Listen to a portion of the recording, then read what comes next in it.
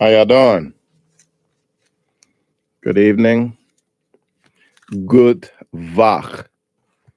Shavua Tov. God bless you. Let us do what we do here, all right? Let us begin by making tzedakah, please. And once again, we're honoring the Lubavitcher Rebbetzin. Please say L'chaim. I already said a bracha. L'chaim, L'chaim.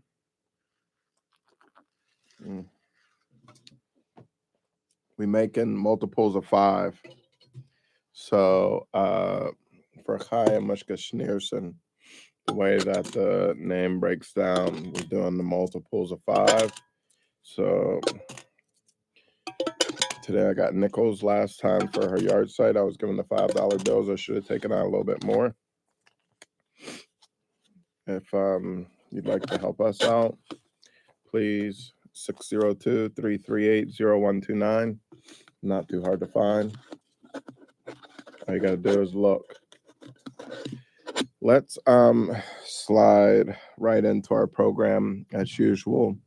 There was a time when we did not allow the children on the program, but as we're walking into Gula, we know that the children are our guiding light and that the children are able to see Mashiach. So the children, you are welcome in this place, and we keep the program suited for you. And thank you for your parents and the wonderful work that they're doing. And we ask right now, special bracha and blessing on all the kids, that you be able to continue in your good work, and that Hashem continues to use you, and that you complete your mission, that we should see only good things and hear only good things. And we're grateful for the children who have that ability. I was taking a look this Shabbos in the Mimer Full Devotion. We've got a lot of work to do, but the Mimer in Full Devotion, it opens up by talking about the fact that there won't be any women who miscarry. And it wanted to say the fact that there will not be any women who miscarry because the sources for our bread and the sources for our water will all be pure. So in such a sense, there would be no disease. So we know that the children are the same way. As adults, sometimes, things have crept into us, and, life lives and lives life. So, and then things creep into us, but the children are pure and they are holy, and they are closest to the source of the Most High. And we're grateful to have the opportunity to have brought them down. The children are more than free and welcome to leave the room at this time. For the older children, let's take a look briefly here at Parshas Vayikra before we go into the special presentation. It's called Useful Pride. It says in the book of Leviticus, 2nd chapter, 11th chapter, and 12th verse. Thank you for your time. Thank you for joining. Thank you for subscribing. Please feel free when you subscribe to turn off the notifications and still stay subscribed. It can be very hard. I want to talk to you all this just briefly about time, because time is something that we have. The blessings that are to be brought down right now were brought down in Shabbat when we could not broadcast, but there's still a little time while that fire is burning still here today. And we all have our responsibilities and the things that we have to take care of, but let us not be weary in our well-doing, and let us push forward. We have very busy weeks as we're preparing for Passover, for Pesach, and all of us, we have different various challenges that we're facing, and what we need to do is just thrust and complete the mission. So in Leviticus 2nd chapter, verses 11 through 12, it says, "Do not cause to go up in smoke any leavening or honey as a fire offering to God. Bring them as a first offering to God, but they should not go up on the altar as a pleasing fragrance to God." It says, leavening and honey are agents that cause dough to ferment and rise. They therefore represent self importance, a heart swollen with pride and arrogance. Such substances cannot become a fire offering to God, meaning that our divine service cannot be conducted in such a spirit. There is an exception. Bring them as a first offering to God. A first offering represents the outset of our divine service, at which point it is permissible to approach God out of a sense of self worth. In other words, if a lack of pride will prevent you from engaging in divine service due to your feeling inferior or unworthy, or if you imagine that your input has no effect in heaven, the first steps, first offering, may indeed be conducted with pride. Nevertheless, once you are engaged in divine service and the above concerns dissipate, they should not go up on the altar as a pleasing fragrance to God. You will not find your self importance pleasing at all, because even a trace of arrogance is an abomination. The focus this week is on pat yourself on the back, but no one to stop. As we look at the Lubavitcher Rebbitzin, Chaya Mushka was born on the 25th of Adar 5661, which was the year 1901, to her parents, the sixth Lubavitcher Rebbe, the Friedeker Rebbe, and Rebbitzin Nechama Dina. Her childhood was imbued with the holiness and purity from the homes of her grandfather, the Rebbe Rashab, and her father, the Friedeker Rebbe.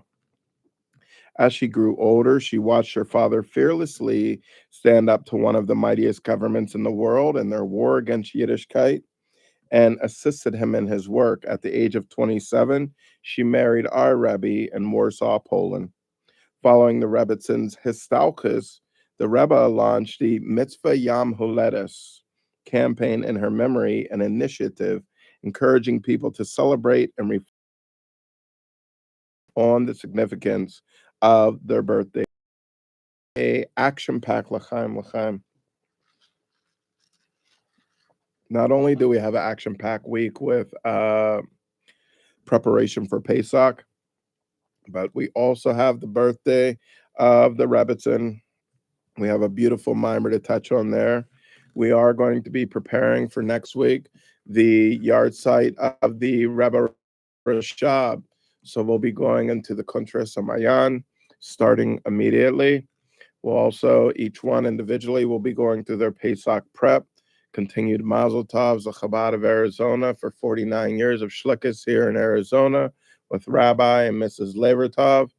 Also, a huge Mazel Tov to Mr. and Mrs. Litzman on being honored with a special award at the dinner. Now,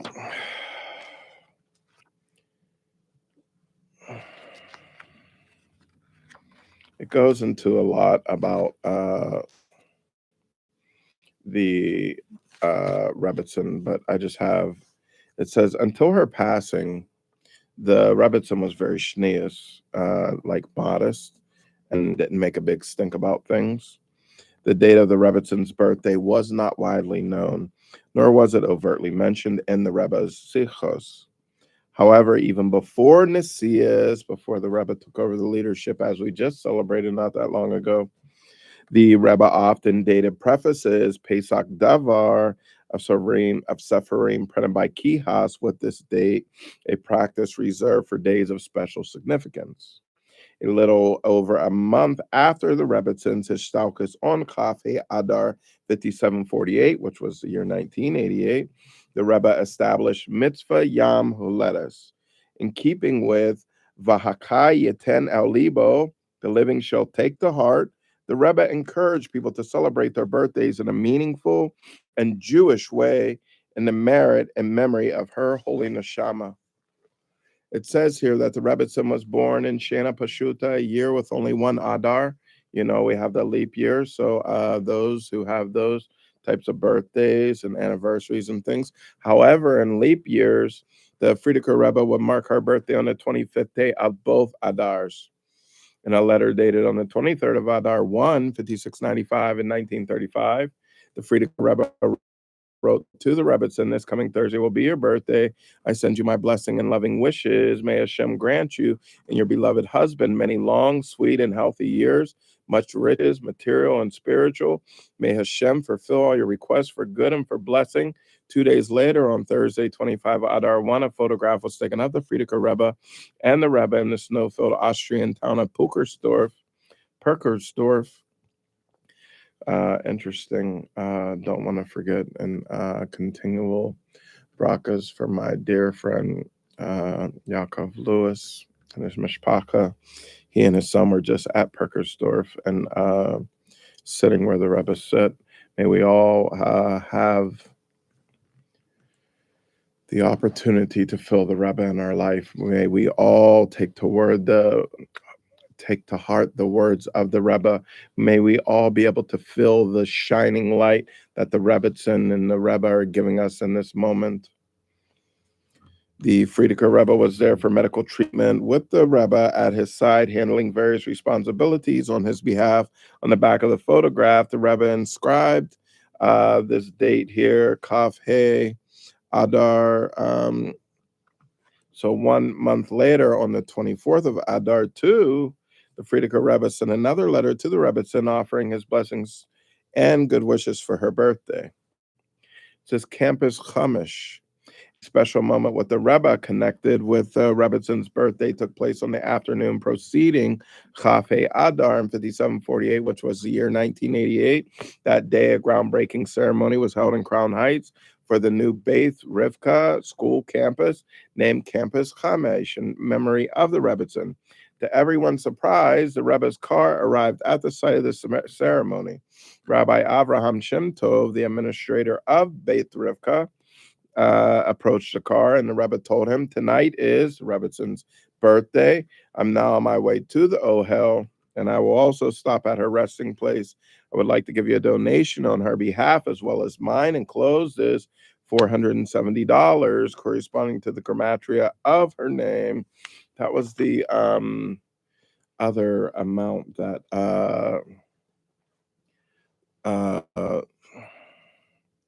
was brought up in the thing with Rebbitzin Chaim Mushka. And check your pocket right now. If you could please donate the $470.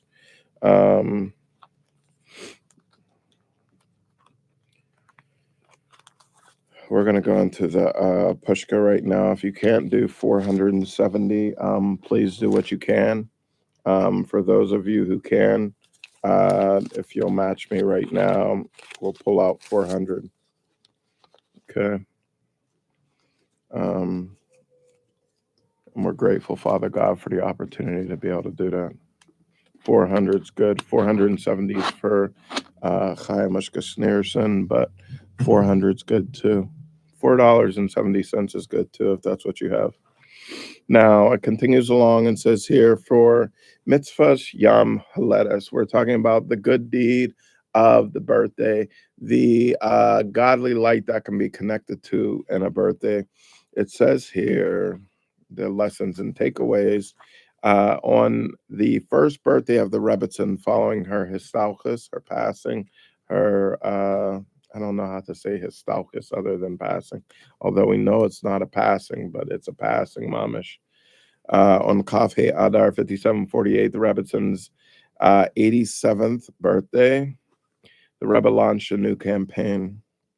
Even that word is slighting me right now. These haros, or the Rebbe suggested that in connection with the Rebbitzins' birthday, it was appropriate to focus on celebrating one's birthday in a Jewish way and to share this with Klal Yisrael. The Rebbe added that doing so will be the greatest zikus for the neshama of the Rebbitzin. The Rebbe mentioned that Chof Hei Adar is a special day for another reason. There is a disagreement as to when the creation of the world took place, in Tishrei or Nisan. According to Rabbi Yehoshua, who says that Adam and Chava was created on the 1st of Nisan. It follows that the first day of creation was 6 days earlier, on the 25th day of Adar.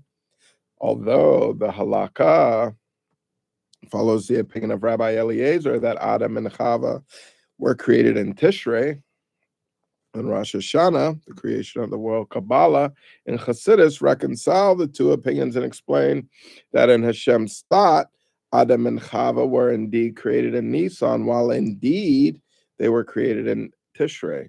In this sense, Chof Hei Adar is an opportune time to think about rebirth and growth and to focus on celebrating one's birthday in a proper Jewish manner.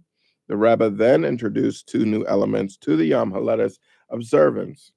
Every individual should host a Farbrengen in connection with their birthday. They should gather friends and family, and together they should say a genuine Chassidish L'chaim, L'chaim, a very big Yom Haledes to my dear friend Yaakov Mark here. Soon going to be celebrating his birthday. We should all Farbring, all friends, all family. The joyful atmosphere of a Farbrengen is conducive to taking on new haklatos, ensuring that they are meaningful and enduring. Parents should observe these minhagim, these traditions, and the haklatos are like taking on a not an oath, mamish, but a new practice or furthering and trying to make a commitment. That's a good word for it. And these manhagam, these traditions with their young children, hosting farbrengens and parties for their friends in connection with their birthdays, thus increasing their excitement in all areas of Yiddishkeit and being Jewish and keeping the traditions and practicing. In turn, they will surely influence their parents to do the same on their own birthdays, especially with regard to Haklatos Tovos. According to Sefer HaSikos 5748, Volume 1, page 331. It's amazing. All of us who have, children and things like this, we may not see the fruit that is bearing right now, but we should know that all of our blessings and all of our prayers don't go up in empty and void. And we saw a beautiful thing here by Rabbi Tovia Singer here, as he was telling us that we have these vibrations of Mashiach in our world, telling us that one of the most intriguing things is that we find the children bringing the parents back to Yiddishkeit and bringing the parents to a deeper teshuva. And that's why we began with the bracha for the children, so that they should help us to keep our nose and to help us keep us leveled. And when we seem to sway and go by the way, that they should be able to, even at their age, to help us pull us down by our sitzes and keep us grounded and faithful to the work, so that we can finish and complete the work that has been put before us. The Rebbe further developed these ideas over the next few weeks, and shortly thereafter, a detailed list of 10 Minhagei Yom Haledes, 10 traditions for the birthday, as we're celebrating in a Jewish way, compiled from the Rebbe's Sichas and letters, was edited by the Rebbe and published in Sefer HaSikos 5748 the same year, in page 406.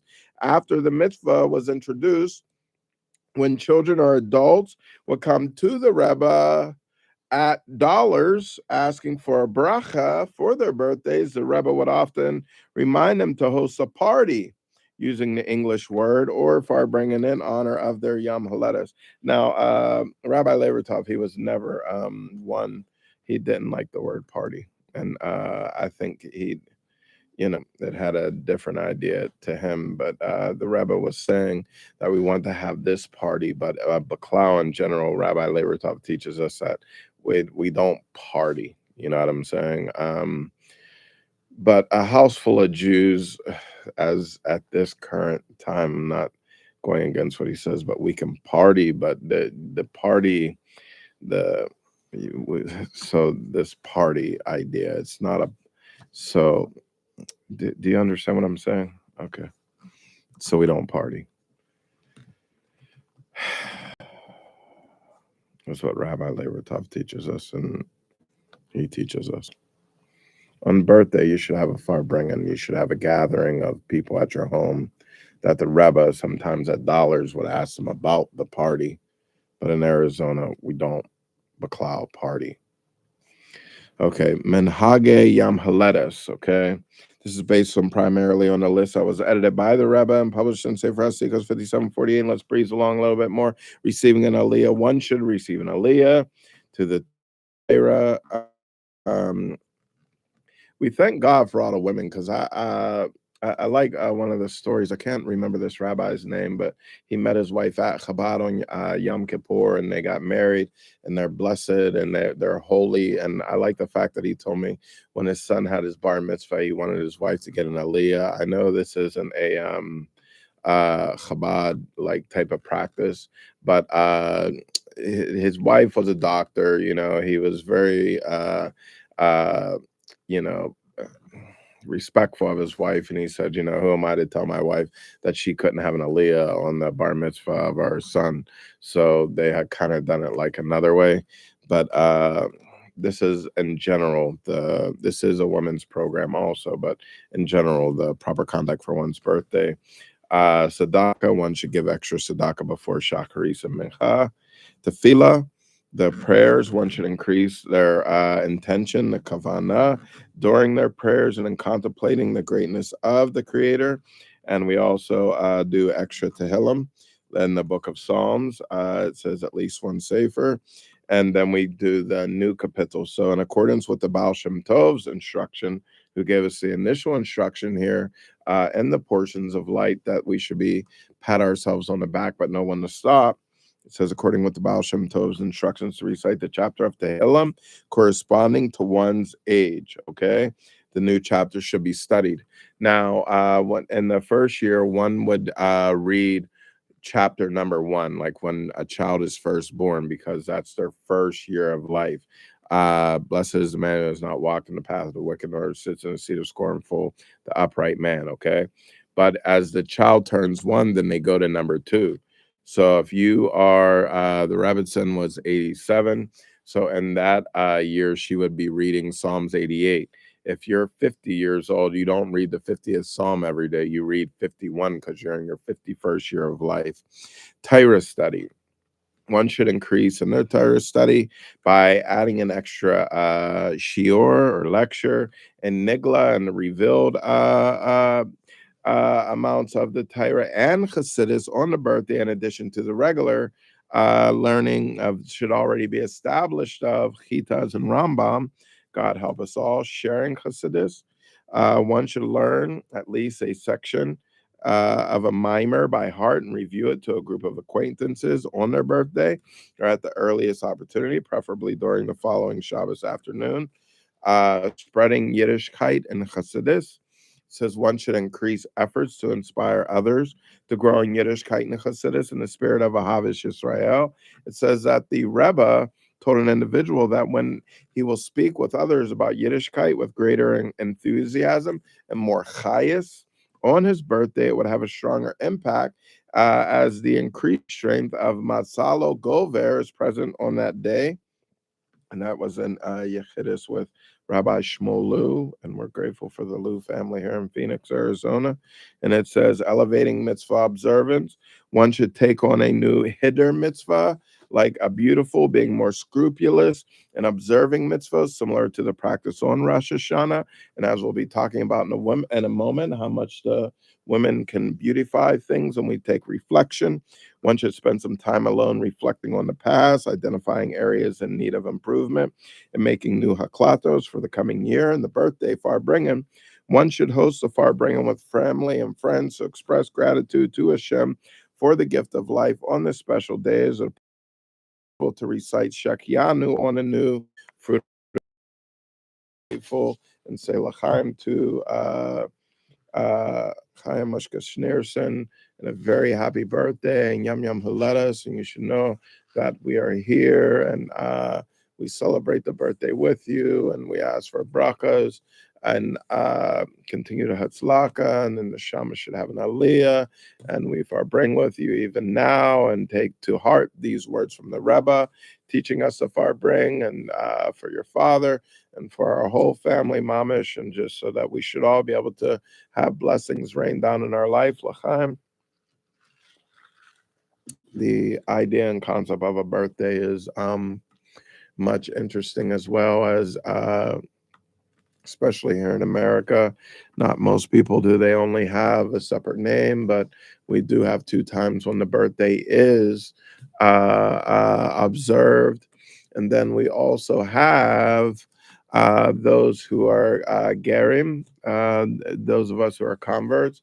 So not only do we have the birthday that we were born on, and then how that birthday corresponds into the Hebrew year. But we also have the date when we came out of mikvah and how that converts into the Hebrew year. And then also for all of us, we have Rosh Hashanah, which is the birthday of the world. And for us as Hasidim, we mamish have Yud Tes Kislev, which is all of our birthdays. And even furthermore, 24th of Teves, continuing along, even Hei Teves, even every day, even right now, we should be joyous. We should know. We should sing joyfully. We should be full of joy and full of hope and greatness, and be able to truly bring down godly light and take to heart the words of the Rebbe. And let us continue along with a Rebbe response. I hear from the Chayenu. Thank you so much. And the Jewish woman. This is part 4. And this is a letter from the Rebbe, and it's saying here in the introduction that there were moments. Thank you, Elkanan Gross, for pointing this out for me today in the Chayenu so that we could share this. It says there were moments when the fate of the Jewish people rested in the hand of its women. The Rebbe reflects on some of those defining moments and highlights the role of Jewish women at home and beyond, and points to their timeless responsibility of shaping the future of the Jewish people. It says, by the grace of God, on the 12th of Adar 2, 5714 in Brooklyn, 13, New York, to Jewish women, mothers, and daughters, blessing and greeting. Thank you for sticking around. Thank you for subscribing. I value your time. Let us hear. In the coming days, connecting the festivals of Purim and Passover, it is incumbent upon every Jewish woman, wife, mother, and daughter to reflect on the important historical part which the Jewish women had in these festivals and what useful lesson may be learned therefrom. Our law requires a Jewish woman to participate in a special mitzvot connected with the festivals of Purim and Pesach, Passover, such as the Megillah, Haggadah, etc., expressly stating that she merits these privileges because of the special merits of Jewish womanhood in helping bring about wonderful deliverances in those days at this season. The Megillah tells us clearly of the decisive part which Esther had in the miracle of Purim. This is further emphasized by the fact that both the fast of Esther and the book of Esther are named after her. As for Passover, our sages tell us at length in the Midrash that it was the Jewish women who kept up the courage and spirits of their men in the most trying times of the Egyptian bondage, and who, moreover, raised the generations which were to receive the Torah at Sinai and later enter the promised land, the everlasting inheritance of our people. The part played by Jewish womanhood on these two occasions was somewhat different. In the case of Pesach, Passover, the women's influence was concentrated in the home and family. Kol, Kavodo, Bas, Melech, Pnimo, displaying all the true feminine Jewish virtues of modesty, piety, and faith. In the case of Purim, Jewish womanhood showed that where divine providence places her in a position of prominence and influence, she uses it wholly for the benefit of her people and is ready to sacrifice her very life for it in compliance with the instructions of the religious authorities. The two festivals, Purim and Passover, are two everlasting witnesses testifying to the devotion of the Jewish woman to the Torah and mitzvot. These festivals are living testimony that both at home and outside, the Jewish woman will do her utmost to help preserve the sacred traditions and institutions of our people, even with self-sacrifice where need be. Jewish women, mothers, and daughters, follow the example of your mothers of old and keep alive the great tradition of Jewish womanhood. Remember, the future of our people is largely your responsibility.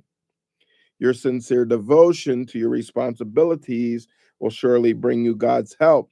Not only will all your difficulties and dangers disappear, as in the case of Esther, but you will receive generous divine blessings for the fulfillment of your needs and those of your family, materially and spiritually, with blessings for a happy Purim and a happy and kosher Pesach.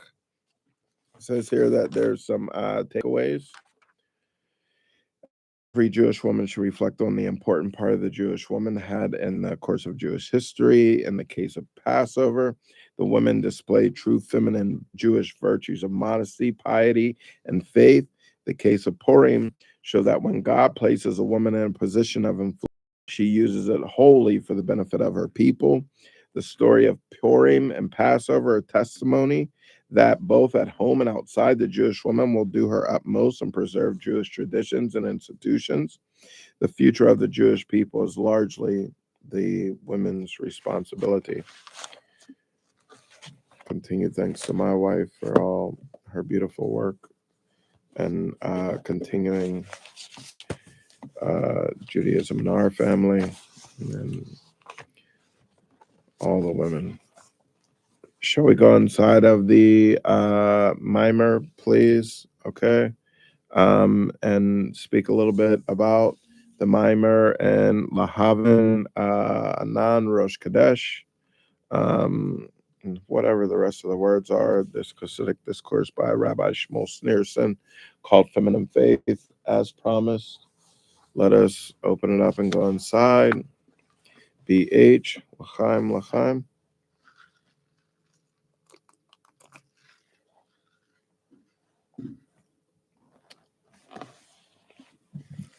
Shabbat Rosh Chodesh Mar Cheshvan Noach. A holiday for women. We shall attempt to understand the concept of Rosh Chodesh.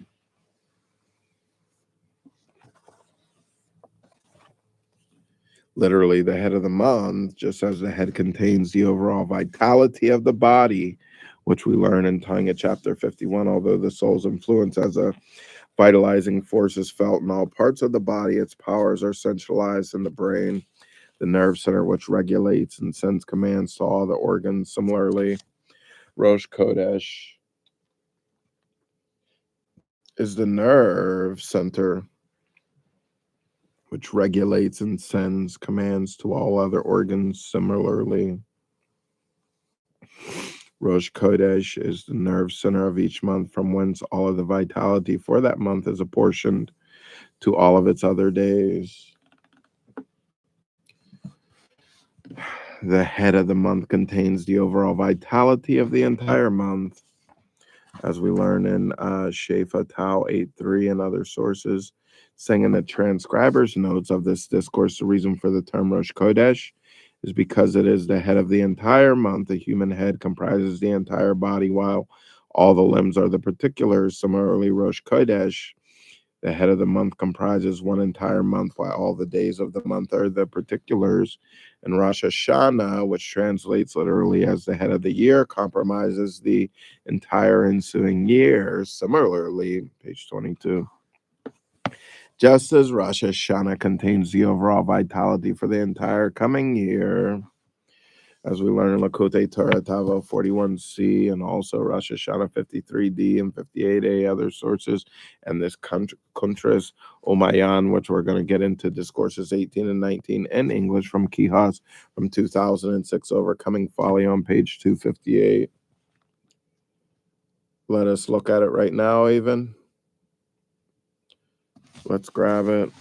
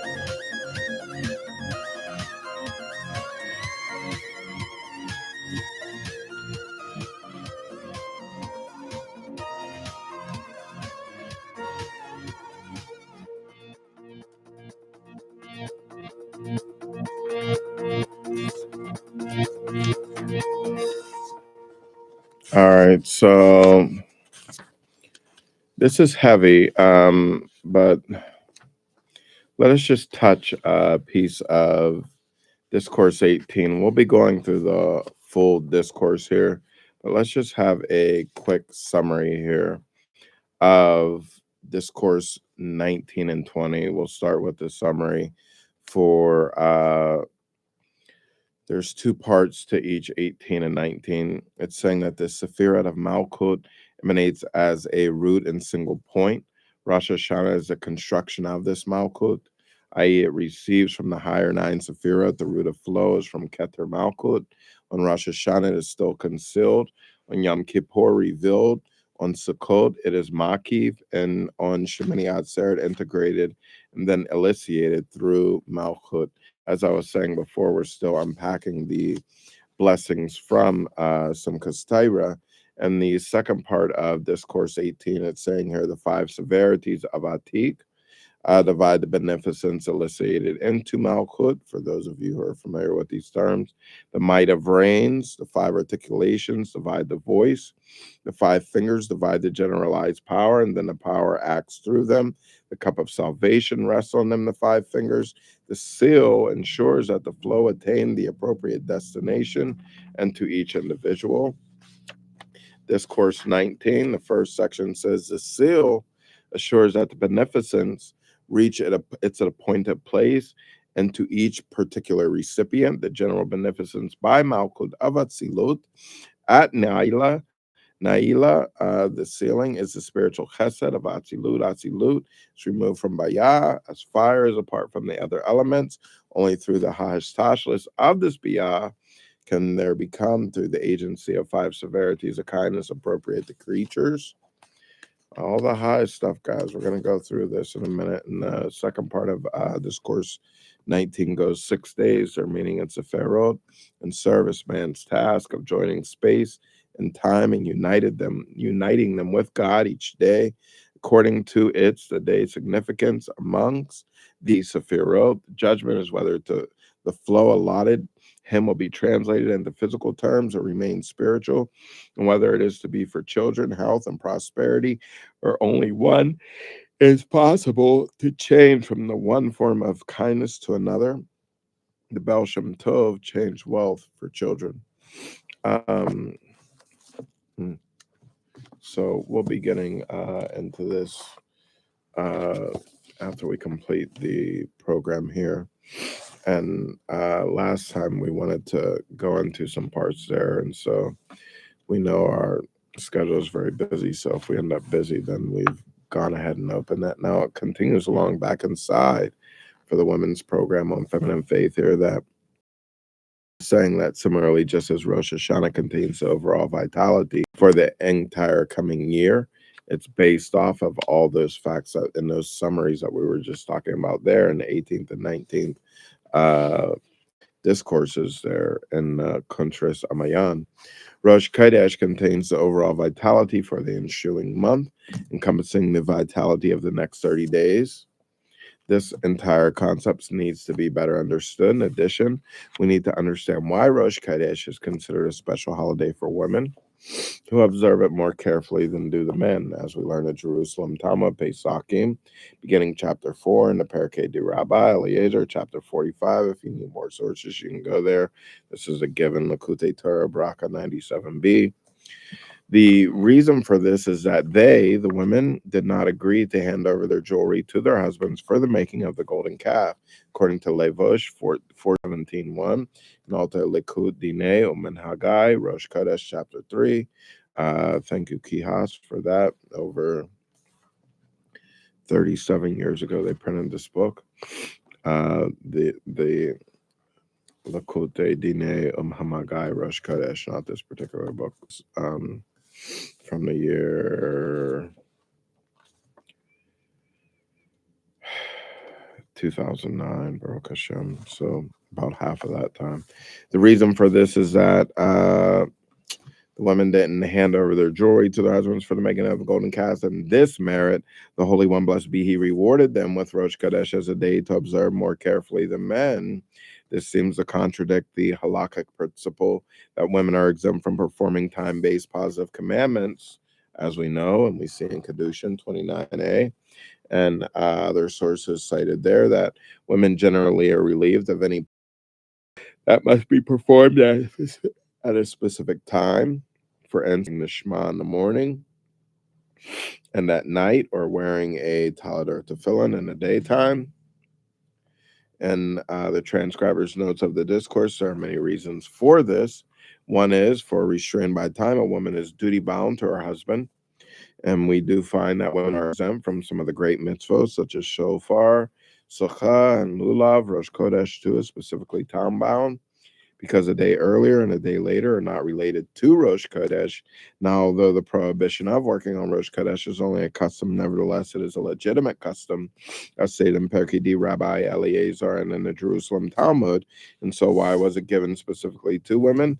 Perkei D. Rabbi Eliezer records the following reason.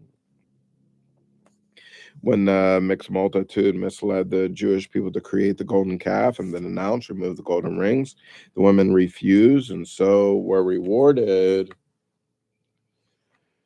with the holiday of Rosh Chodesh. But why is it specifically why is specifically Rosh Chodesh a reward for refusing to participate in the calf, which we should see soon here, please God. Since Rosh Chodesh is a time-based commandment, why should women who are generally relieved of these such time-based obligations be more careful in observing it than men who are obligated in all time-based matters? As for the fact that the new moon used to be sanctified according to the testimony of witnesses rather than according to astronomical calculation, it says this statement refutes an unspoken attempt to answer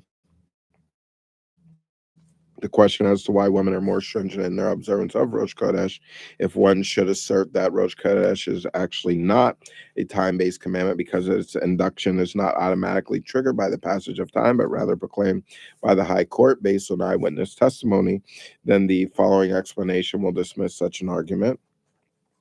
We are familiar with the statement in the Mishnah in Rosh Hashanah 2:6 and the Barchanor and the Tosafot Yom Tov there, that the determination of the new moon was also based upon calculation. The testimony of the witnesses who has actually seen the molad, the birth of the new moon, was necessary only as confirmation. Furthermore, in our day, upon disbanding the Sanhedrin in the 4th century, establish a fixed calendar.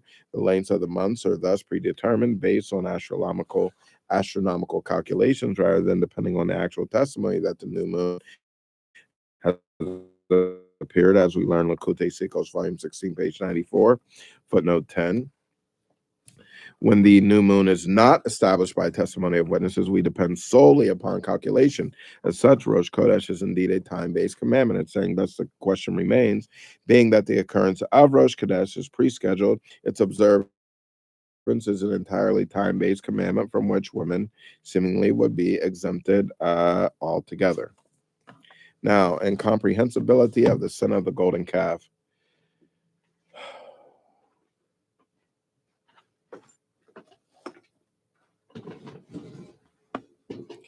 It says here, Lachan.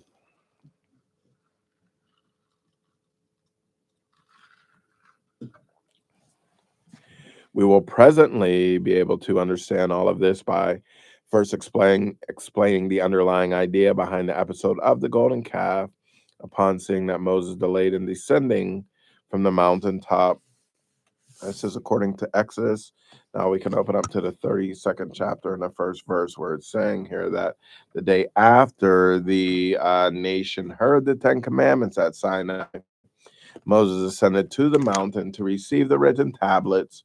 Moses informed the people that he would return on the 6th hour of the 40th day from his leaving, being, however, that in the Jewish calendar, the new day begins at nightfall, and Moses left in the morning. The day of his departure was an incomplete day and not to have been reckoned as the first day of his 40-day absence. And that's according to Rashi on that verse on Shabbat 89a. Now, and that the 6th hour, noontime of what was incorrectly reckoned to be the 40th day, the appointed time for Moses' return in the verse, The Hebrew word delayed for is boshesh, beit shen shen. The Talmud in Shabbat 89a homiletically interprets this as one of the Satan's claims. Ba'al Shes, the 6th hour has arrived. This was the hour that Moses had designated as his return time. But since there was no sign of him, Moses was not going to return. Had arrived, and Moses had not returned. This mixed multitude, this Erev Rav in the Hebrew, this term refers to the group of Egyptian and other non-Jewish residents of Egypt who, during the time of the Exodus, attached themselves to the Israelites in the wake of the 10 plagues, as we learn in Exodus 12:38 and commentaries there, convinced the Jews to make the calf. Oh my gosh. The Satan's wily plan succeeded, and they proclaimed, "Here is your God, O Israel, who took you out of Egypt," according to Exodus in the 32nd chapter, verse 4 and 8. Ah, boy, this is most astounding, especially considered that this was a generation of knowledge. This generation of knowledge, Dor De'ah, word Dor Hashve'i, but this is Dor De'ah. In the Hebrew, a special title reserved in rabbinic literature to describe the generation that witnessed the revelation at Sinai, and that studied Torah directly from Moses, as we see in Zohar 262b, Pre-Eitz Chaim, Shar HaChamatzos, chapter 1, and other places where it's referenced further. And how could they think that a golden calf made of inert matter was a god and the one who had taken them out of Egypt? It's saying that in the transcriber's notes of this discourse, the calf was made out of molten gold. Anyone with an inkling of possible to say, "Here's your guard, metal and molten gold." How did they exchange God for a calf made of gold and proclaim that it took them out of Egypt?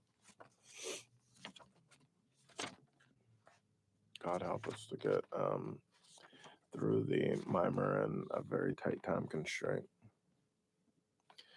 Their own experience should have refuted such a notion. They all saw that no such calf existed at the time of the Exodus from Egypt, and indeed, were Moses to have come on time, the mixed multitude would have never been able to entice them into making the calf in the first place. It was only due to their error and the fact that it was a cloudy day. As we see in Rashi on Exodus 32nd chapter, verse 1, and on Shabbat 89a, it is impossible to conclude that they erred because the day was cloudy, and the people's mistake was whether noontime had arrived yet or not, which was the hour that Moses had designated for his return, for Moses didn't actually return until the following day, i.e., they erred in the calculation of the number of days, not the number of hours. From Rashi's words, however, it is evident that there is an opinion which maintains was regarding the time of 6 hours into the day, but as far as a discussion and a discourse, the prevailing opinion of what actually occurred is irrelevant. Apparently, the discourse points out the fact that there is even such an opinion, that their entire error was regarding the time of noon, only serves to strengthen the incomprehension of the episode of the golden calf. Was it just because of a simple that they would resort to idolatry, which led them into making that he was late, that the mixed multitude even had the opportunity to entice the Jews, nor would the Satan's wily plan to have them form the calf have succeeded without the opportunity. The entire notion, as well as what this had to do with the fact that they thought that Moses was late, remains totally incomprehensible. A friend of mine was just saying recently, if you know you were so close at the end, would you quit? And I was telling him, I don't know when we're at the end. And he was saying, we don't know we're at the end. But he said, if you have come this far, then you came this far. So how could you give up? And he said, he was kind of talking about his personal wife. And he was saying 2 wives in general, if you make it this far, how could you quit? But God should give us all the ability. He was talking about on a business venture. And, this is saying something similar to the illumination. Number 2, the theological argument for idolatry. It says that the matter may be understood as follows. the critical theological error made by Pharaoh, king of Egypt, in the Sefer Harakamim, Chabad, Volume 2, who said, "Who is the Lord that I should listen to him? I know not the Lord." Exodus 5:2, and therefore I will not release the Israelites. Same spot of error shared in common. Follow the other deniers of the true faith is not that they actually reject the existence of God. It's saying that this statement is obviously a hyperbole. The point is that in principle, it is not a lack of belief in God that prompts idolaters to worship constellations and other forces. It is their inability to conceive of God as being directly involved in worldly events, as the discourse continues to explain. Now, all idolaters know him, that he is the creator of all creations, and he is eternal, as the verse states. From the rising of the sun to its setting, my name will be great among the nations, and in every place incense will be offered in my name, according to Malachi 1:11. Indeed, the sages say, even the idolaters call him God of gods. Menachot 1:10a in the footnotes in Torah Shmuel. Praise the God of the supernal beings, according to Tehillim, Psalms 136:2. Rather, their error lies in maintaining that God has abandoned the world, as we learn in the book of Ezekiel, 8th chapter, 12th verse, and 9th chapter, 9th verse, relinquishing responsibility for its management to these constellations, these matzalot, as we talked about previously. In Hebrew, it has the same etymology as nozzle, to flow. The constellations are conduits for the flow of creative energy between the spiritual and physical realms, these two worlds that are like parallel together. Hence, this flow may erroneously be attributed to the constellations or the vessel or the mazel itself, which are some concepts that we're reviewing, but as they're in the different videos, we'll bring it down again for those who didn't get it. And the ministering angels, and like these matzalot, they function to regulate the flow of energy into this plane of creation and empowering them to run the world according to their wish and whim. Furthermore, they maintain that he himself plays no part whatsoever in managing the world, being that he is exalted and elevated beyond such physical phenomenon as transpire on earth, and that be degrading for him to lower himself to attend to such lowly matters here below. And we're talking about the kid, when the Tati goes on the ground to play with the kids, and we're talking about how our Tati, our Father in heaven, our Abba, needs to sit down to become the king of this world, as we learned in Journey of the Soul. And we're just talking about Esther as we're still continuing along in the women's program. May these words illuminate your soul and your heart.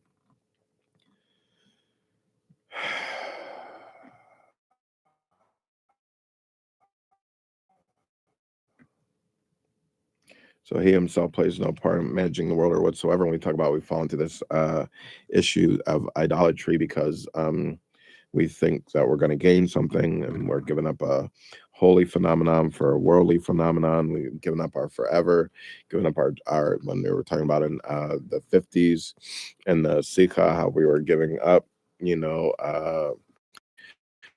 material, our whole inheritance in the world to come over a few dollars to gain in this world, or a little bit of false honor. So empowering them in the world of wish and whim. Furthermore, they maintain that he himself plays no part whatsoever managing the world, being that he is exalted and elevated beyond such physical phenomenon as transpire on earth, and that it would be degrading for him to lower himself to attend to such lowly matters here below. For this reason, he had abandoned their management to the ministering angels and constellations. This is what is meant by the verse of Mamar Admar Hazakin in Yaman page 385. Their errors derived from the following verse. The heavens are the Lord's heavens, but the earth he gave to the children of man. According to Psalms 115, chapter 16th verse, the term heavens does not refer to the physical heavens, but rather to their spiritual parallel, as in the sublime heavens. According to Proverbs 25:3, and the idolaters' perception is that God concerns himself only with the happenings of the spiritual planes and not with terrestrial affairs. The discourse continues to elaborating in detail on this erroneous idea into the end of the chapter. And what's coming out again is the fact that in the previous mimer, it's connecting all these points and it's telling us that if we don't put in the due work for us, then when the test comes upon us and we don't know the answers, God help us to know your answers. So these physical heavens, but rather, it doesn't refer to that, but rather to their spiritual parallel. And these sublime heavens, as we were talking about similarly, the voice verse, for as high as the heavens is above the earth, book of Psalms 103:11, describes the qualitative distance between the spiritual and physical realms, just as the physical heavens seem to the naked eye as exalted and removed from the earth, which is the lowest thing. Likewise, all of the spiritual entities, such as the angels and spiritual worlds of Berea, Yetzirah, and Asiya, are the Lords who conducts them with detailed supervision.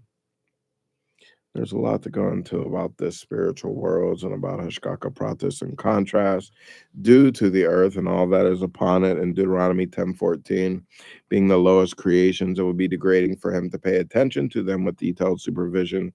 Therefore, there's no blade of grass below that does not have a mazel above that strikes it and says to it, grow.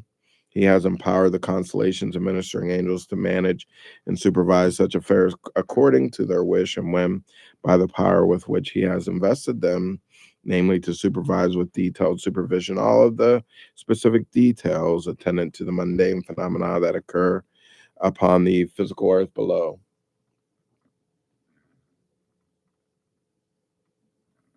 God by proxy, the constellations and ministering angels is the meaning of but the earth he gave to the earth he gave to the children of man, and the concept of God being God of gods, the gods referring to the ministering angels and the constellations, which according to the idolaters or radiant thinking are the providers of spiritual influence to the world and its inhabitants.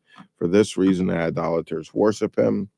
For example, in the land of Greece, which receives its vitality through the constellation of Virgo, women often served as heads of states and were deified, since to the idolaters, thinking these women were the embodiment of those gods who were providing the flow of vitality to their land. Although it is true that every influx of vitality to a land does indeed pass through the leader who rules and governs that land, nevertheless, this influx simply passes on through him. He conducts himself He himself is not the provider or source of the vitality. Rather, it can be compared to a craftsman who performs his labors with tools. Although it seems as if the tools carry out the actual work, it is in fact the craftsman who employs the tools. After all, it is the craftsman and not his tools who receive the praise for being the wondrous craftsman who produced such a wonderful masterpiece. Along the same lines, we can understand the concept that although the flow of vitality does indeed pass through the ministering angel, he is like a craftsman's tool, although the craftsman's creative capacity must be channeled through in order for it to be realized. The tool itself is due no credit at all. And once again, it's coming back to this kuntras omayon.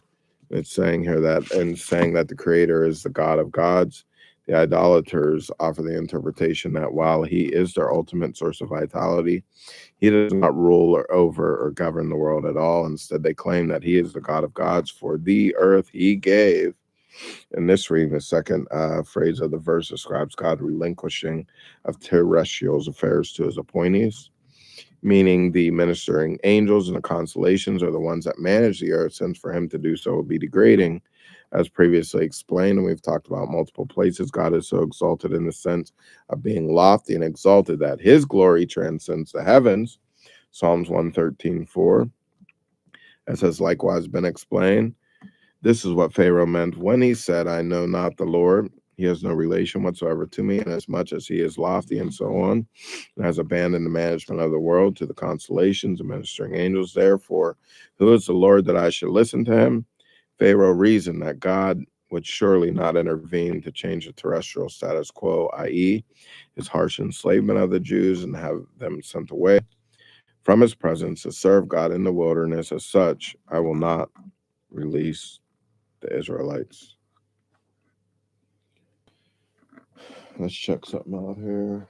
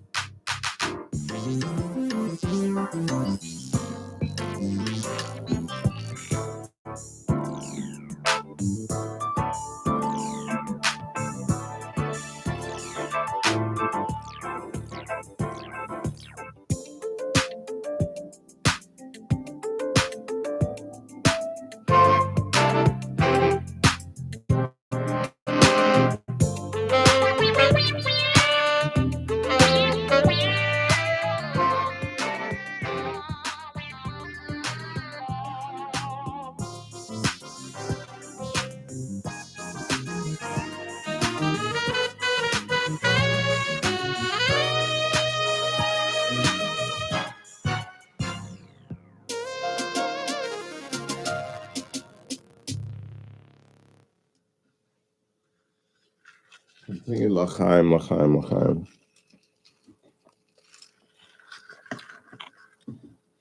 Let's go on a little bit further. Fundamental error. This is one moment.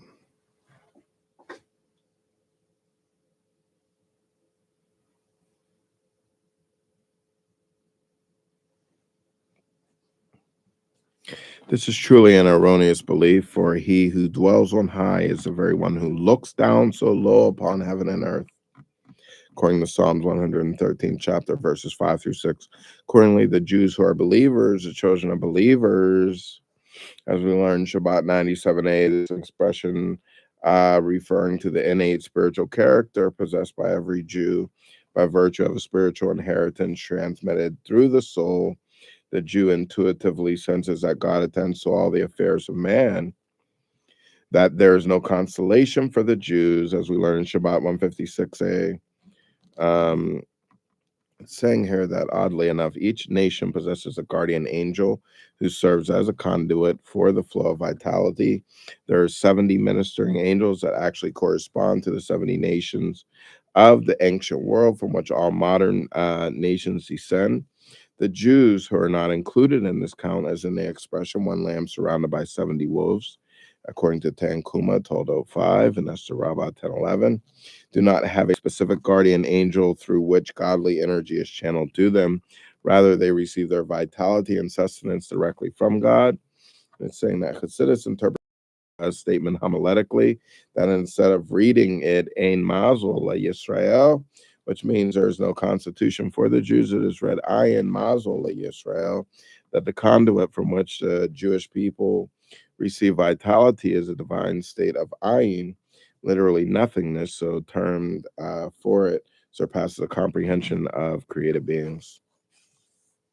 Now, so know and believe in Hashgacha Pratis, which is this concept of divine providence, which we overlooked before, but let me tell you about it now. In Hebrew, it's often conceptually called this divine providence, for it conveys the idea of God's attention and care for detail. In our context, however, the literal translation of supervision is more fitting. Detailed supervision is more fitting. Detailed supervision is Hashgacha Pratis, that every detail in our life is matters, and everything from the small of changing of the light of a stoplight to chaos to missing a bus, that God supervises in detail. The Jewish people's position fundamentally rejects the role of actually intermediaries. While, to be sure, such channels do exist, they are not distinct entities independent of God, and as such do not stand instead of or preclude his involvement in worldly affairs. He has not delegated them with authority, but rather uses them as mere tools, as is the metaphor of the craftsman and his tools employed earlier and also later in the discourse. Now, all that transpires on the earth as well as in the waters and below the earth, which is a term borrowed from Exodus 20th chapter 4th verse. In discussing this point, it cites multiple sources here. And this is what Moses meant after God afflicted Pharaoh and all of Egypt, when he said, you should know that there is none other like me in the world, according to Exodus 9th chapter 14th verse, emphasizing in the whole world. That is what's also meant by the verse, in order that they should speak highly of my name in the world. Exodus 9th chapter 16th verse. This was in order to eradicate from them their erroneous belief that God has abandoned the world and relegated its sole management to the constellations, leaving himself to play no role whatsoever in its management. Just the opposite is true. There is none other like me in the whole world, and no one can challenge God's ability to alter the order of nature here on earth.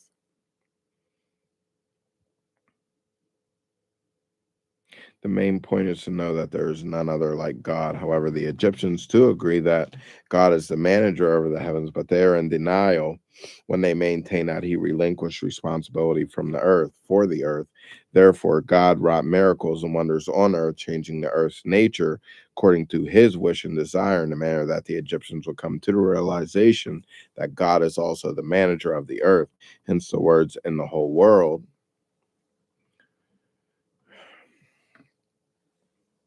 This is the fundamental belief and knowledge of the Jewish people who believe in and know that they received through our teacher Moses directly from the mouth of God, namely to know this day and take into your heart that Havaya is Elohim in the heavens above and upon the earth below. There is nothing else. That's according to Deuteronomy 4:39. I'm going to slide past Havaya and Elohim this once. Indeed, this also explains Pharaoh's question, who is Havaya? He explained specifically used the name Havaya for he was already familiar with godliness as manifested in the name of Elohim. Now, Pharaoh was aware only of God as expressed in the natural world. He thus attributed divine divinity directly to God's intermediaries that purvey the flow of life force to it, while regarding the aspect of God that transcends the natural world as remote and abstract, exerting no power over earthly events. And that's what we're talking about, this Havaya and Elohim, and that they're both ultimately God. Now, these two modes of divine interaction. This name Elohim connotes might and power, as we see in multiple places. You can see in Shulchan Aruch Harav or Achayim 5:3, as in the mighty ones of the land. According to Ezekiel 17:13, the words Elohim and Eli, mighty, share the same root, El. In this context of the verse, is not used as a divine name, but as a description of human strength.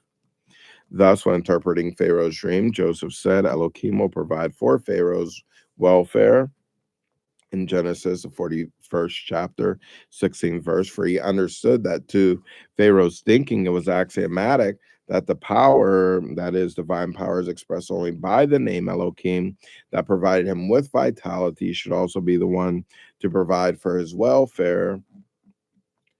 It said Pharaoh understood the dream to be an indication for some course of action to be taken in regards to the administration of Egypt's practical affairs. Joseph thus deliberately used a divine name, which refers to God as a supreme force within nature. For if he had used a name which describes God as being a supernatural, transcendent being, Pharaoh would have taken no comfort, believing this aspect of God was too lofty to have any bearing on worldly affairs. And Pharaoh was aware, according to this transcriber, that of the name Elohim, for Joseph had informed him of Elohim, as the verse states. Joseph had informed Pharaoh of Elohim, its unified state, with Havaya, but Pharaoh mistakenly accepted only the name Elohim and denied the name Havaya. Therefore, God performed the miracles and wonders in his land, changing the laws of nature unopposed. But in truth, Havaya and Elohim are of the same essence, as we learn in Zohar in the intro 12a and other sources. The powers which provide the flow of vitality are indistinguishable from Havaya, although there is an intermediating system in place through which Havaya affects the phenomenological world. This system is not separate from him, but part of his oneness. At Tanya, the end of chapter 31, the process represented by the name of Elohim, by which Havaya conceals itself as Havaya, for fem, but rather like the snail whose shell comes from its own very own body. As is stated, Havaya is Elohim, and therefore all is literally as not before him. In chapter 7, in the Shire Hayikot V'Hamuna, before the Holy One, all is literally as not before him, like a ray from the sun, while still within the sun, for his attribute of self-screening as embodied by the name Elohim does not pose an interposition for him for Fen, because it is not an entity unto itself. Rather, Havaya is Elohim. For it is he, Havaya, the name used in this verse, who gives power to succeed, according to Deuteronomy 8:18, as he who supervises in detail over all the ways of man, to repay each man according to his ways and the outcome of his deeds, according to Jeremiah 32:19. albeit through the ministering angels and powers which transmit vitality like an axe in the hands of the wood chopper. Murray, Nevuchim 3, chapter 29.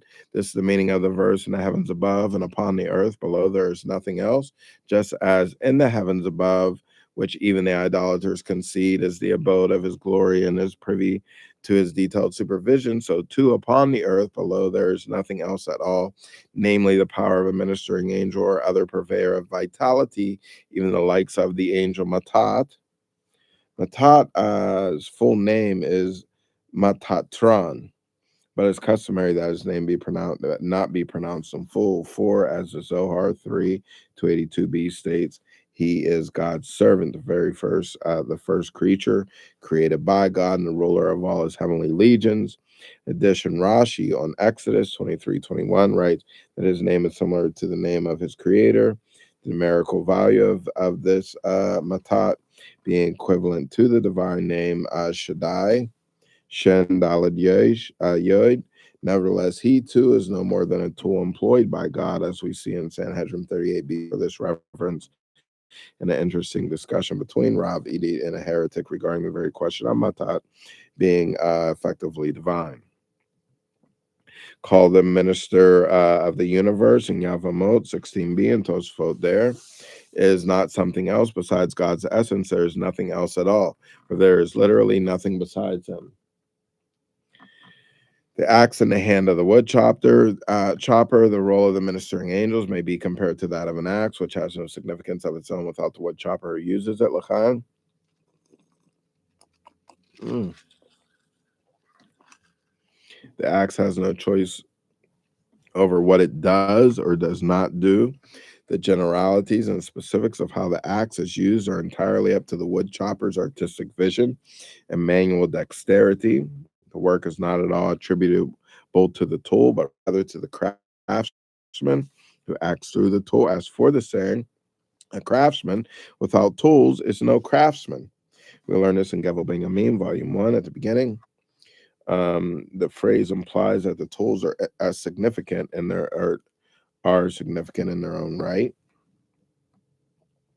The meaning is not that the actual work of the craftsman is attributed to the tool, but that without the tool, the ability and proficiency of the craftsman cannot be actualized, and thus would effectively be as if he were not a craftsman. We may understand the significance of all the specific categories of physical creation and animate, vegetative, animal, and human in a similar manner. And just as the heavenly beings are not entities distinct from God, neither do the terrestrial creations constitute something additional to God.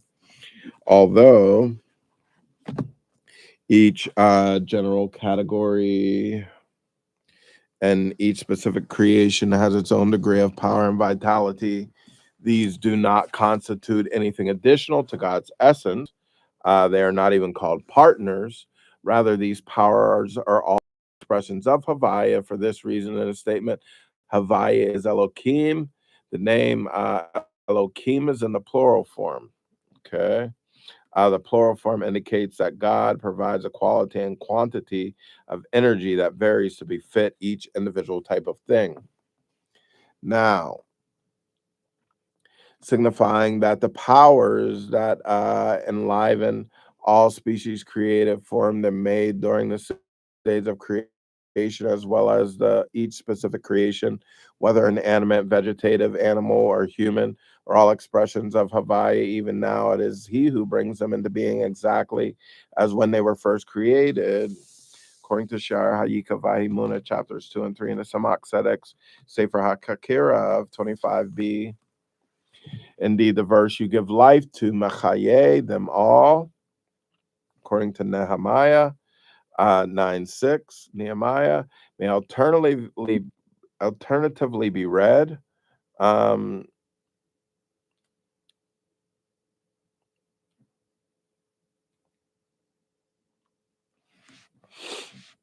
You give existence, Mehave, them all.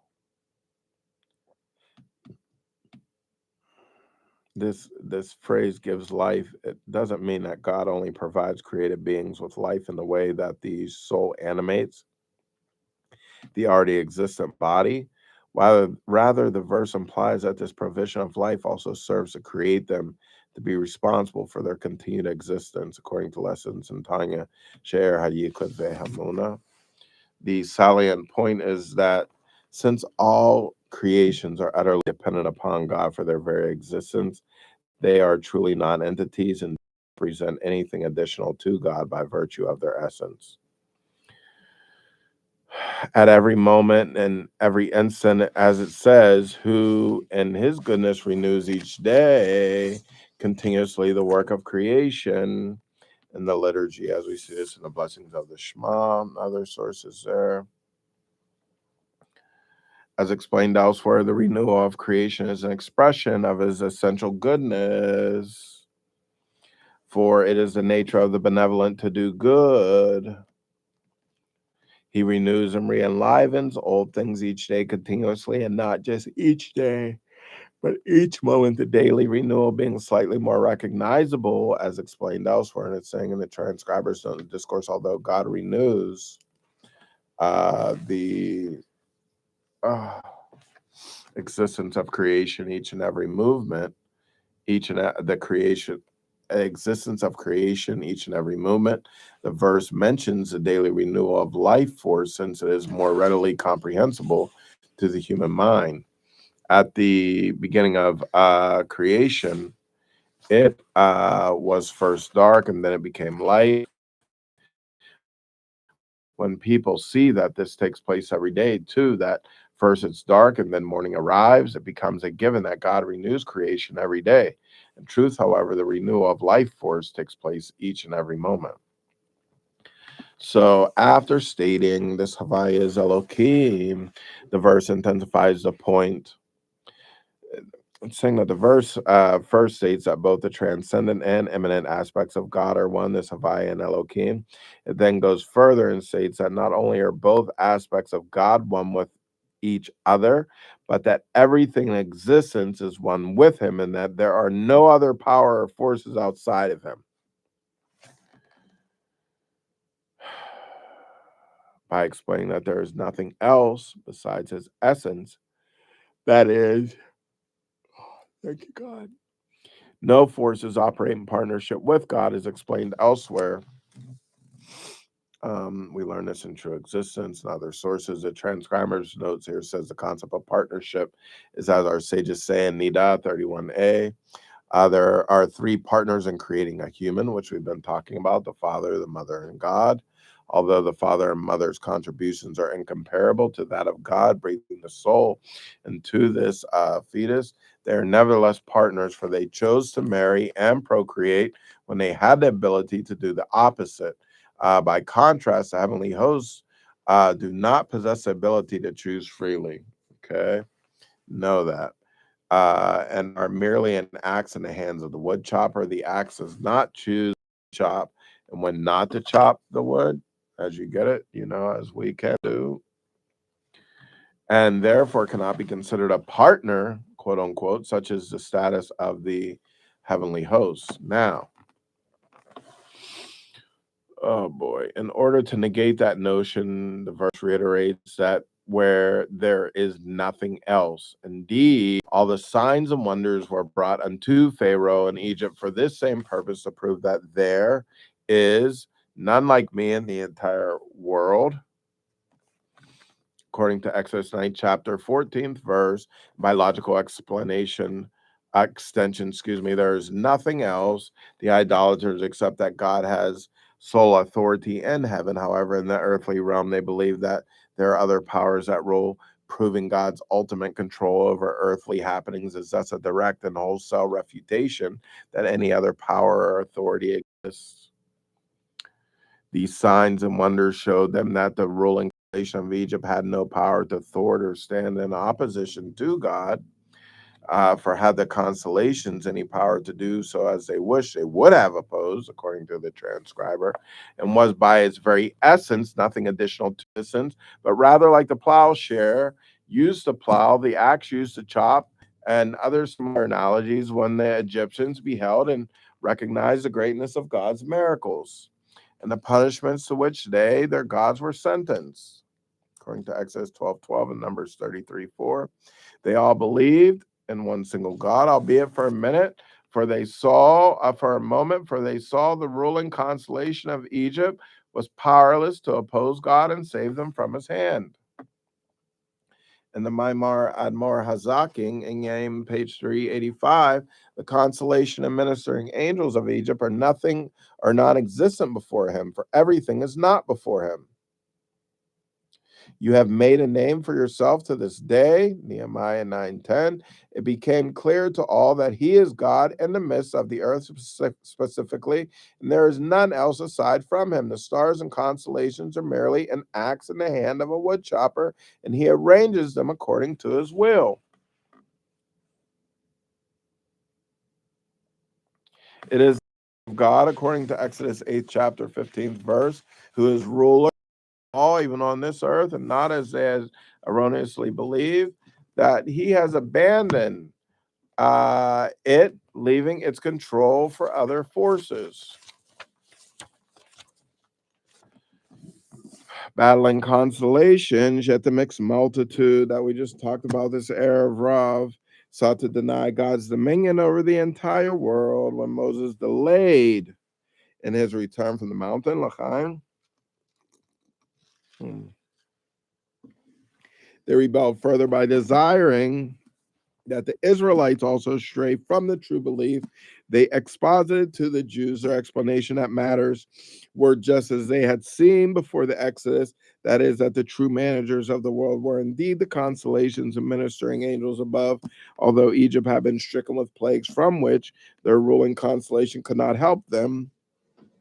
The mixed multitude explained that the punishment suffered by the Egyptian gods was actually a proof in their favor and occurred not as a result of God's management and detailed supervision, as Hashkaka Pratis, not because there's none else aside from him. There are 12 constellations in the sky. This we're talking about Deuteronomy 4:35 and then Barakah 32b.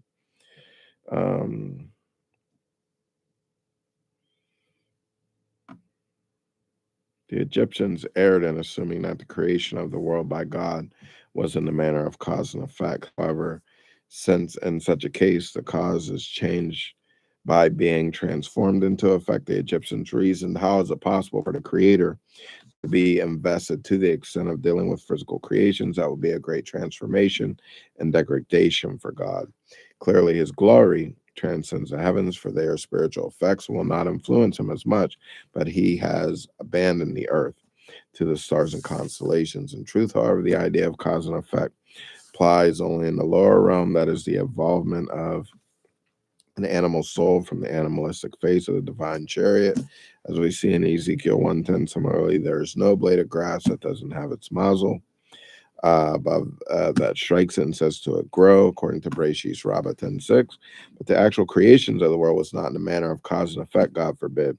God is called the Holy One, blessed be he, for he is, in fact, holy and removed from all of the worlds. Only a ray of God is upon the worlds, as in the verse, Psalms 145:13. Your kingship is a kingship over all the worlds, which is similar to the strength of a ray of sunlight in comparison to the sun. Just as the ray does not affect the sun in any way, so does the ray of God's light, through which creation ex nihilo, something from nothing, come about, not affect God. In the daily morning service, we say, you are the same before the creation, you are the same since creation. Also, I, God, have not changed, according to Malachi 3:6. So it is not as in the manner of cause and effect, God forbid, where the cause becomes transformed into the effect. Moreover, the effect is comparable to its cause. But this is not the case with God, for all his creations, whether spiritual or physical, are absolutely incomparable to him at all. It is only once the worlds were created that the worlds interact with each other, and there is an order, a progression from the higher to the lower. This Hashtashalis, this is all a manner of an axe in the hand of a woodchopper, and does not affect him at all. And therefore, precisely, God dwells on high. Does he look down so low upon heaven and earth equally? And I guess we're going to talk about that in just a few more minutes here. So there's these 12 constellations in the sky, according to Bracco 32b. And the ruling constellation of Egypt is Aries, this ram, an adult male sheep, as we see in Zohar 3, 250b, and 1, Zohar 1, 256a. As Moses told Pharaoh, could we sacrifice a sacred animal of the Egyptians before their very own eyes? According to Exodus 8, chapter 22nd verse, a reference to the Paschal lamb.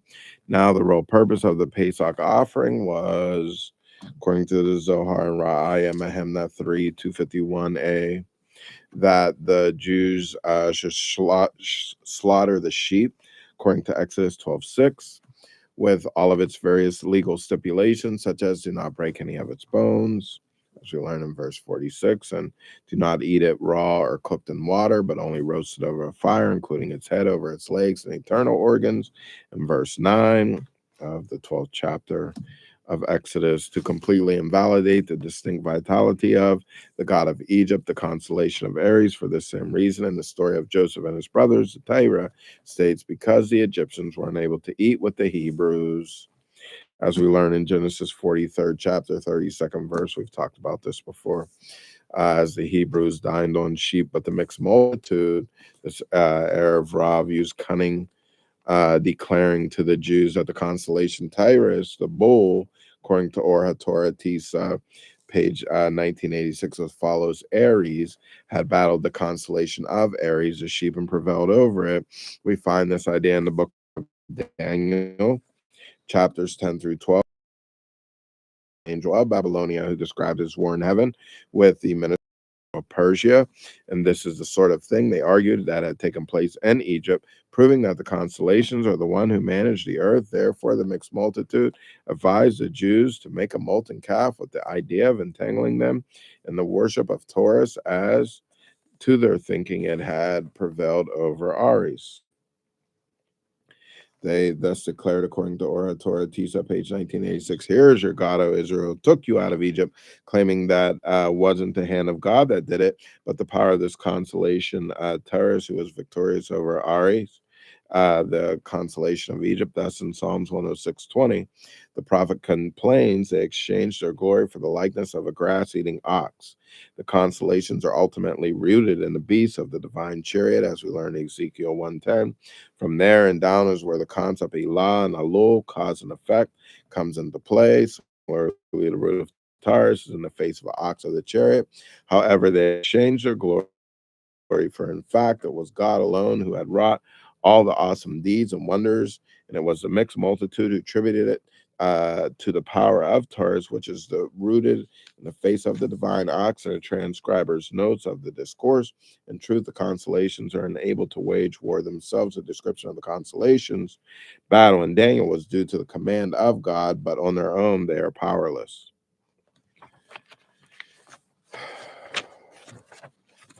Number 5.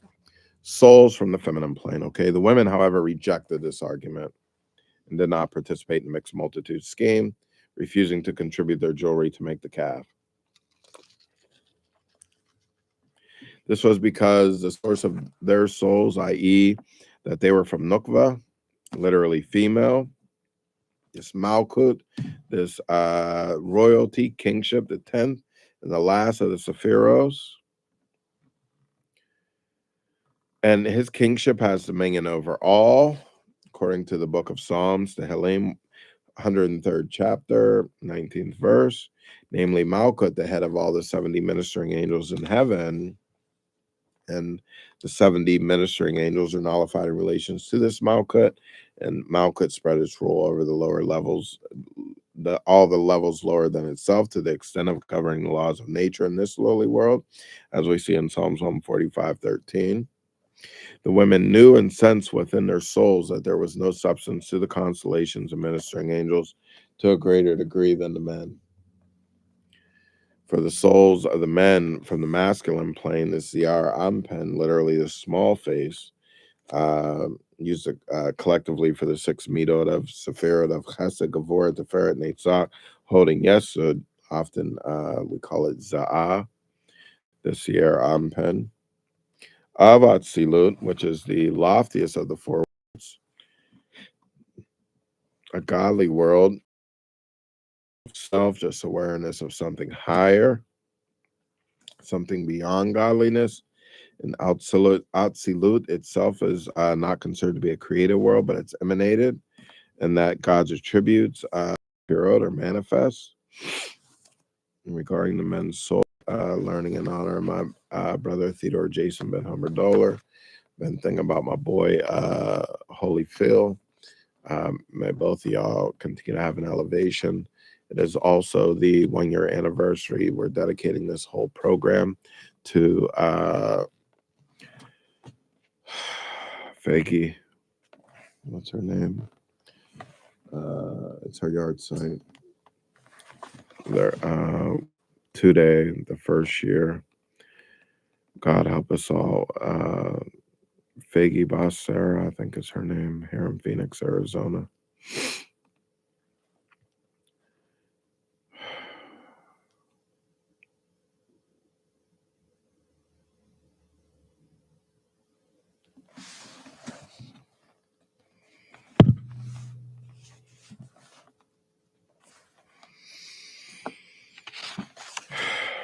The Satzilut, which is utterly exalted and elevated above and beyond the worlds of Berea, Yetzir, and Asiya.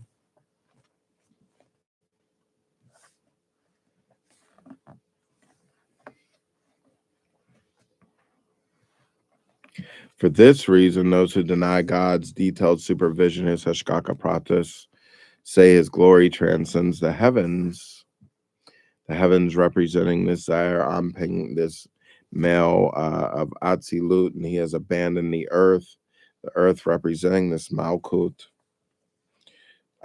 We see Malkut called the earth, as we see in Isaiah 66:1.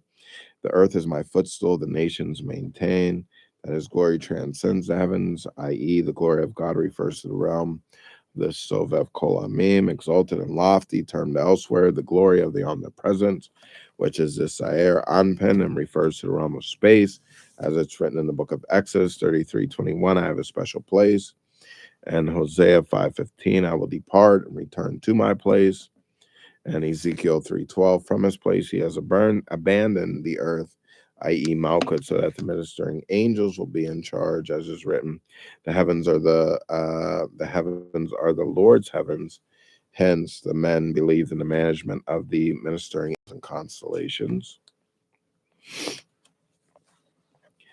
Idolaters establish their calendars according to the sun, according to Sukkah 29a, rather than the moon for this same reason, notwithstanding the fact that the sun is indeed superior to the moon.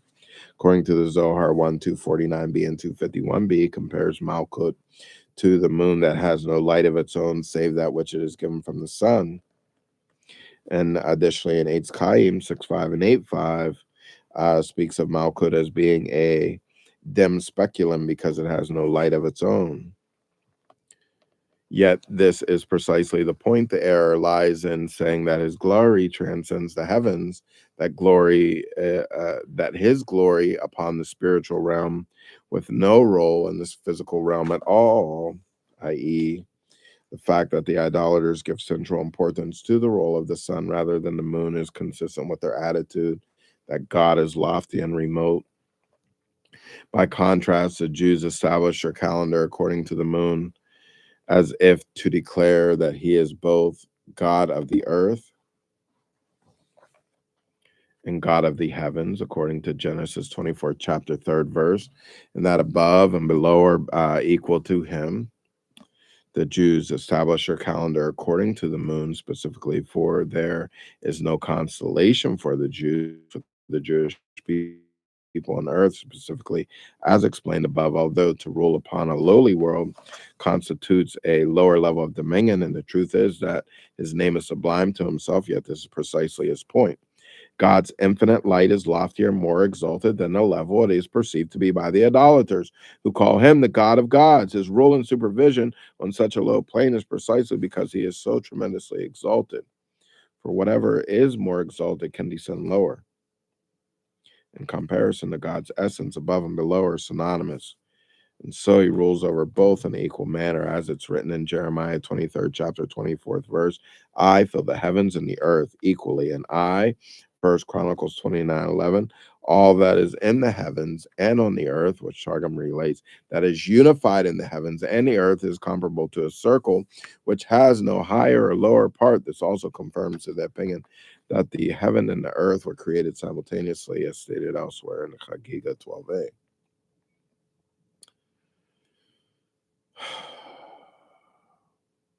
Thus, although the earth is subordinate to the heavens, God looks down so low with detailed supervision upon the heaven and earth equally. Indeed, precisely because God dwells on high, does he look down so low upon heaven and earth equally. For in truth, even the heavens are a descent and degradation for him, because God is so incomparably superior, i.e., enthroned on high, to both the spiritual and physical realms. His involvement in even the loftiest of spiritual realms constitutes a descent for him, as we learn in Tanya chapter 48, which explains the concepts of the term of the comparative values of the number 1 and 1 million, and relative to the infinity. And a transcriber's notes of the discourse that says this verse, who is like the Lord our God, who dwells on high, yet looks down so low upon heaven and earth. And in response to the prior verse, first it states, the Lord is high above the nations, which refers to the opinion that God has abandoned the world. To this verse provides a response on the contrary, because God dwells on high, he looks down so low upon heaven and earth equally, to negate that opinion. Women are rooted specifically in Malkut, and thus are similar to the moon. And similar to the moon, as we learn in Maimar Admar Hazak and in Yanim, page 387, the woman receives from the man. The sun and the moon are called male and female, and the moon has nothing of its own save for what it receives from the sun. A woman, too, can only procreate when she receives from a man, as we learn the Soxetics commentary on Psalms, Yael Or, page 401, section 6, which waxes and wanes every month like their feminine cycle, or Hatorah Tisa, page 1987. As every 30 days they become impure and then are sanctified. The three concepts of Malkut, the moon, and the women are comparable, albeit as manifest on different levels of creation. Malkut, as noted above, Malkut is paradoxically a passive sephira that only contains that which the other sephira pour into it, and is also the bridge between this Atzillah, this world of emanation, where we only know something higher, and the lower worlds, transmitting them the godly life force that enlivens them, actualizing God's original creative plan. There are different times when each of the functions is active. Sometimes Malkut receives the flow and internalizes it, while other times Malkut lowers itself to sustain the lower worlds, as we will learn in True Existence and Majestic Bride. The moon, during the first half of the moon, increasingly reflects the sun's light until it is full, after which it begins to vanish. After having become completely dark, it reappears and is sanctified, signifying the beginning of a new month, Rosh Chodesh. Now, women, the female, the source from which life actually emerges, receives the flow provided by the male on her own. However, she would not be able to procreate. The womb first develops to become hospitable for fertilization, and then after its peak, turns to empty itself. When that stage is completed, i.e., after cessation of flow, the woman immerses in a mikveh and is sanctified again. Now, consequently, they did not accede to the mixed multitude regarding the calf, unlike the men who are from the masculine plane, and so did not reject the mixed multitude. For this reason, the holiday of Rosh Chodesh, which is the holiday of the moon and time of its ascent, this term ascent is not used in the common astrological usage, but rather in describing the moon's separation from its conjunction with the sun as it begins its waxing phase, was given more to women than to men, and women share a special bond with the moon, as both are spiritually rooted in and embody the quality of Malkut. As we talked about before, it is the relationship to Malkut that makes women more inclined to reject the fundamental error of a reasoning that leads to idolatry. Accordingly, we now understand the relevance of what was mentioned at the beginning of the discourse, that women were granted Rosh Kodesh specifically as a reward for their wholesale refusal to take part in the sin of the golden calf, according to Maimar Abmar Hazak and Yanim, page 387. And although women are generally exempt from all time-bound positive commands, the observance of Rosh Kodesh does not fall into this category, since our souls, like the moon, are rooted in the feminine plane. Says, although we might reason that women should be exempt from celebrating Rosh Kodesh based on halakhic axioms, the truth is opposite. Rosh Kodesh is uniquely relevant to women, for it bears witness to the characteristically feminine spiritual view that God is eminently present in this world and does not separate himself from its management through independent intermediaries. L'chaim, l'chaim, baracha, for life and for blessing and for the birthday of the Rebbitzin and for all the lessons that we're able to bring down and for the opportunity to make haklatos and learn about how we should celebrate our birthday in the Jewish way. L'chaim.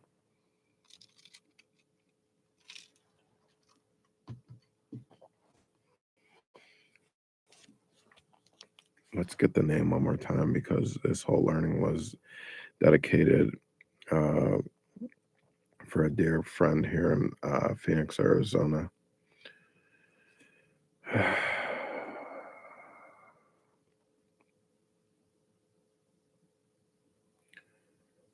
The first yard site of Fagi. We know who Fagi is. Tomorrow at 8 p.m., the first yard site, it's at Torah Day School of Phoenix, 1118 West Glendale Avenue, Phoenix, Arizona, 85021, the multi-purpose room. There's a lot of events going on here in Phoenix tomorrow. The dinner, everything else. There's a bar, there's some type of bar mitzvah, if I'm correct. Continued mazel tovs, the neshama should have an aliyah. For Fagi, mazel tov to Rabbi Levertov and Mrs. Levertov, and to Mayor Litzman and to the doctor's family. To us all, we should have a beautiful week. We should be uplifted, and we should have every good thing. We should know only good.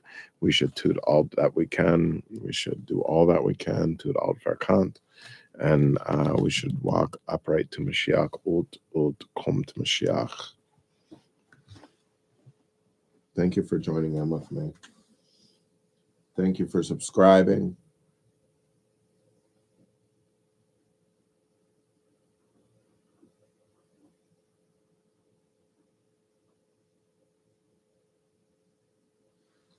Thank you for joining in this very special presentation for the birthday of the Lubavitcher Rebbitzin, Chaim Meshka Schneerson's birthday.